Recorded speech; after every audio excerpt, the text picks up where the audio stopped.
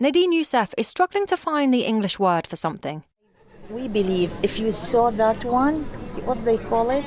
Not the bombing, that I don't know in English. I don't know in English either, and that's my first language. She draws a picture to help explain. Yeah. So when you saw this one, that's mean you are lucky because it went through. It goes over You. Yeah. If you didn't see, this is a problem.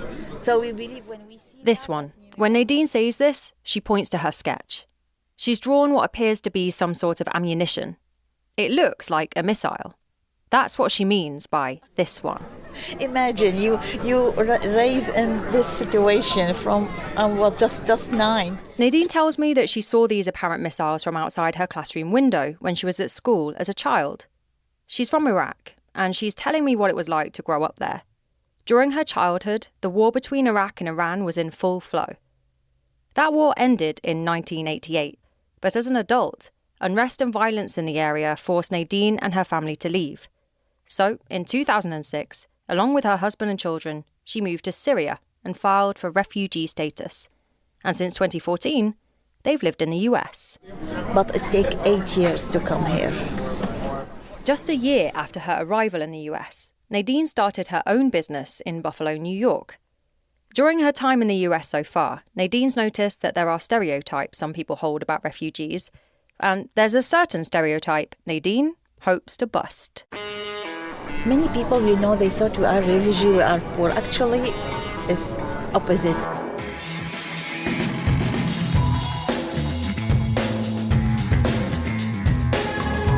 This is Lifted by Rise Collaborative, the podcast profiling people and perspectives of a community in modern America. Hear Nadeen's story after this. This episode is brought to you by Core Marketing Agency.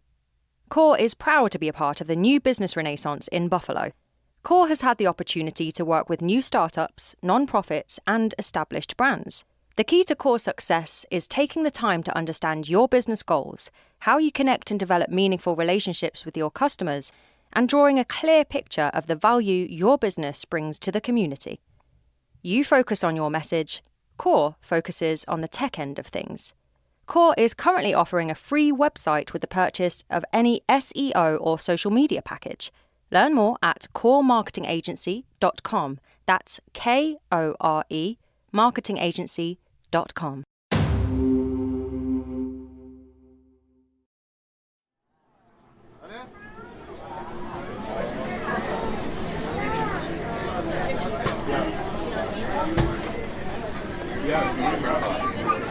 Nadeen has a small business in Buffalo's West Side Bazaar, a hub of retailers from all over the world. Inside, there are people selling food, clothing, and accessories from places like Ethiopia, Burma, and Malaysia, to name just a few. It's a busy and noisy Saturday lunchtime, and amongst the hubbub, you'll find Nadeen's place.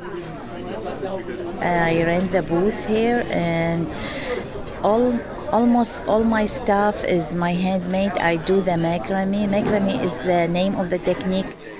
Macrame is the art of knotting cord or string in patterns to make decorative items, and Nadeen's stand is adorned with all of the macrame decorations she's designed and made. Her small booth is packed.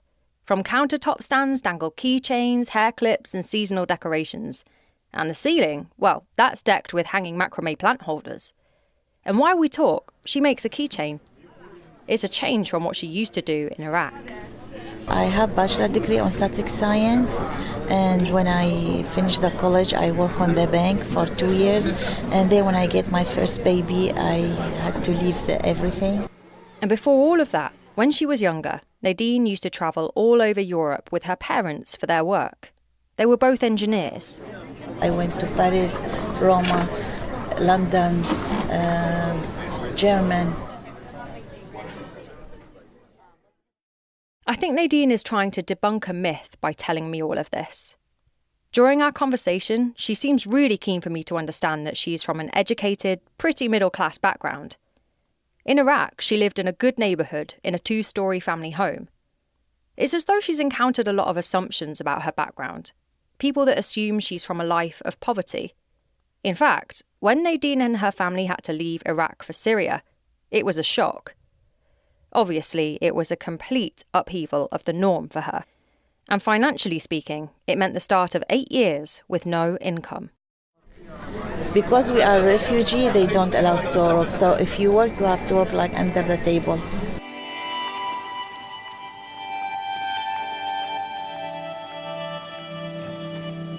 You used to live like in big house, and you have car, you have money, and every year you lose something.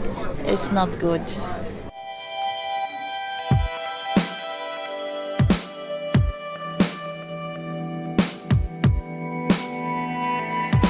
And every year we give up, we say there is no chance to live, and we try to decide to go back, and our family say no, don't go back. It's very bad situation.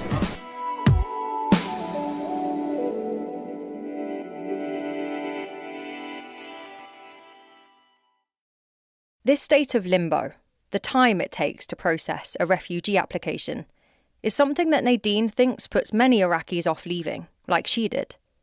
Nadeen tells me that she left because she felt she needed a better life for her children, a safer life, even if that meant starting over.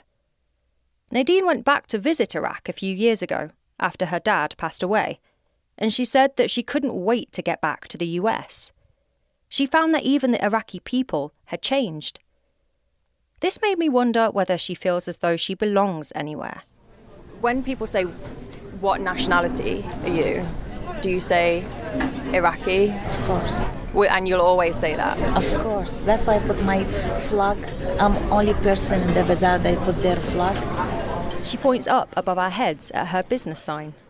It reads, Macrame by Nadeen. And next to that writing is a small image of the flag of Iraq. I want to keep it, yeah. It's a statement of Nadeen's identity, but it's also a symbol of the Iraq that she remembers. She's finished that keychain she's been making. She hangs it on the counter, ready to be sold. Since she's been in Buffalo, she's been able to earn money and move forward with her life. The years of waiting are over, and Nadeen is making the most of it, one macrame item at a time.